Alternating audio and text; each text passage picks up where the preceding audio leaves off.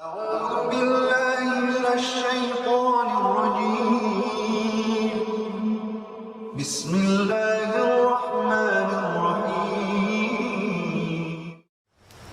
رب اشرح لي صدري ويسر لي أمري واحلل عقدة من لساني يفقه قولي بسم الله wassalatu wassalamu ala rasulillah wa ala alihi tahirin amma ba'd. Avant de commencer cette vidéo, je vous invite à mettre un j'aime la vidéo, la partager, vous abonner à la chaîne si vous n'êtes pas encore abonné. Concernant les packs de Tyriac, normalement d'ici ce soir devrait avoir des packs disponibles. Il faudra vérifier sur le site tyriac.com, tyriac.com. Là on va voir une vidéo, je suis désolé pour la qualité de la vidéo, mais lui il a enregistré en 240p, donc c'est pas terrible. Et c'était, vous rappelez de la vidéo, 7 signes que vous êtes atteint du sihr at-ta'atil. Le sihr at-ta'atil, c'est le sihr de l'échec, on peut traduire ça par le sihr de l'échec, parce que l'objectif de ce sihr, c'est de faire en sorte que vous êtes atteint d'échec dans tous vos projets, d'accord. Ça peut être un projet de mariage, de voyage, d'emploi, de commerce, de science, ce que vous voulez, d'accord. Donc là, il avait dit qu'il avait fait une vidéo pour donner une médication, pour donner une ruqya, d'accord, donc un biais pour se soigner de ce sihr, de ce mal occulte, excusez-moi, avec des invocations tirées du Coran et de la Sunna. Donc on va voir qu'est-ce qu'il préconise. Donc dès le moment que cette ruqya est basée sur le Coran, il n'y a pas de problème, d'accord. Après, c'est basé sur les ijtihad. Il y a des chiites qui ont expérimenté et qui disent, voilà, vous pouvez essayer telle et telle chose, ça a été expérimenté et ça fonctionne. Donc moi, je suis très ouvert là-dedans. Et c'est d'ailleurs, c'est pas moi qui le dis, c'est le prophète. Le prophète a dit, exposez-moi, i'ridu alayya ruqakum ma lam takun shirkan, d'accord. Donc exposez-moi vos ruqya tant qu'elles ne contiennent pas d'associationnisme, d'accord. Donc quelque chose n'est pas de l'ordre du charlatanisme, il n'y a pas de problème. Bismillah, on va écouter cette vidéo. إيذاء غيره له. الخطوات بإيجاز شديد. الخطوة الأولى لابد وأن تكون متطهرا طاهرا. الخطوة الثانية قم فتوضأ واركع ركعتين بنية صلاة الحاجة. Donc des deux premières choses qu'il préconise, c'est d'abord d'être en état de purification, d'être pur, d'accord, de faire ses ablutions. Ensuite de prier 2 rak'a avec l'intention de faire la prière du besoin, salat al-haja. Bon, salat al-haja, il y a une dua, une invocation spécifique de la salat al-haja, vous pouvez trouver sur la citadelle du musulman, je pense. Mais autrement, il suffit juste de faire 2 rak'a de prière, d'accord, 2 unités de prière, avec l'intention de demander quelque chose à Allah Azza wa Jalla.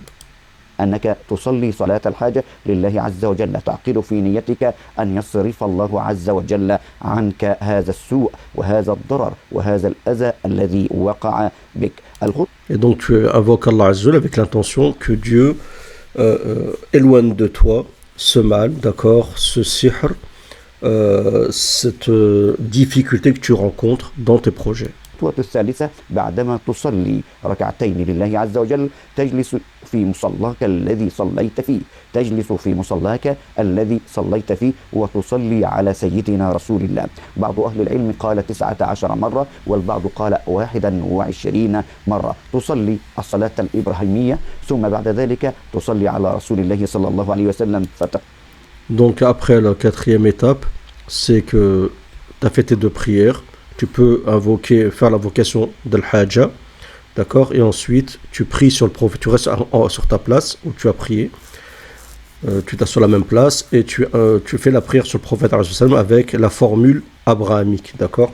Donc Allahumma salli ala Muhammad wa ala Muhammad kama sallayta ala Ibrahim wa ala Ibrahim, ainsi de suite. Vous connaissez la dua qu'on est censé toujours dire dans la prière.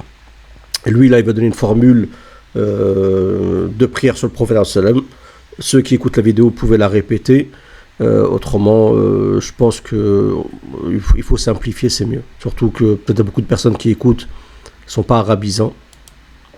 اللهم صل على سيدنا محمد الفاتح لما أغلق الخاتم لما سبق الخاتم لما سبق الناصر الحق بالحق الهادي إلى صراطك المستقيم بحق قدره ومقداره العظيم. تصلي على النبي بهذه الصيغة، إما أن تصلي 19 مرة، وإما أن تصلي 21 مرة، وإما أن تصلي 31 مرة، وإما أن تصلي صلاة مفتوحة تستجدي بها رب العالمين وتستنصر بها ربك أن يعينك على ما نزل بك وألم بك من ضر وأذى. ثم بعد Donc quand tu pries sur le prophète, tu le fais soit 19 fois, soit 21 fois, ou soit 31, ou soit sans limite, d'accord? Mais un chiffre impair, c'est bien. Chiffre 19, je pense que c'est un bon chiffre. بعد ذلك تقرأ قول الله تبارك وتعالى في الخطوة الرابعة، تقرأ ربنا افتح بيننا وبين قومنا بالحق وأنت خير الفاتحين، حتى تفتح لك أبواب العمل والرزق وأبواب الزواج وأبواب السفر وأبواب الوظيفة وكل الأبواب. تقرأ الآية ربنا افتح بيننا وبين قومنا بالحق وأنت خير الفاتحين، تقرأها 30 مرة أو 31 مرة. Ensuite, donc je crois que c'est la quatrième étape. De toute façon, c'est pas important les chiffres, mais le quatrième fois, vous allez faire quoi après avoir pris sur le prophète sallam? Vous allez réciter un verset, donc 31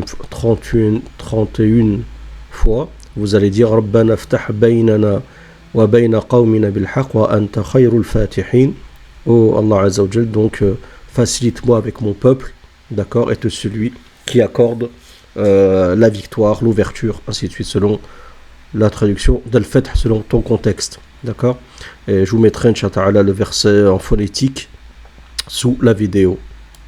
ثم بعد ذلك الخطوة الخامسة تقرأ سورة الشرح، ألم نشرح لك صدرك، تقرأها قالوا تقرأ 101 مرة تقرأ سورة الشرح. ثم قال بعض أهل العلم ثم تأتي عند قول الله تبارك وتعالى إن مع العسر يسرا، إن مع العسر يسرا، تقرأها بتدبر وتجريها على قلبك وتقرأها بتذلل حتى يفتح الله عز وجل لك المغاليق ولا تتعطل أحوالك. تصنع هذا. Ensuite, tu récites Surat Ash-Sharh. D'accord, donc la sourate Alam nashrah laka sadraka wa wada'na anka wizraka alladhi anqadha dhahrak wa rafa'na laka dhikrak fa inna ma'al usri yusra, inna ma'al usri yusra. Et les deux derniers versets que je viens de citer, donc avec la difficulté, il y a la facilité juste après. D'accord, ce verset, vous insistez, vous le répétez plusieurs fois de suite, parce qu'en fait, c'est peut-être la clé, ces versets-là, ces deux versets, de la facilité qu'Allah Azza wa Jalla vous accordera après votre difficulté.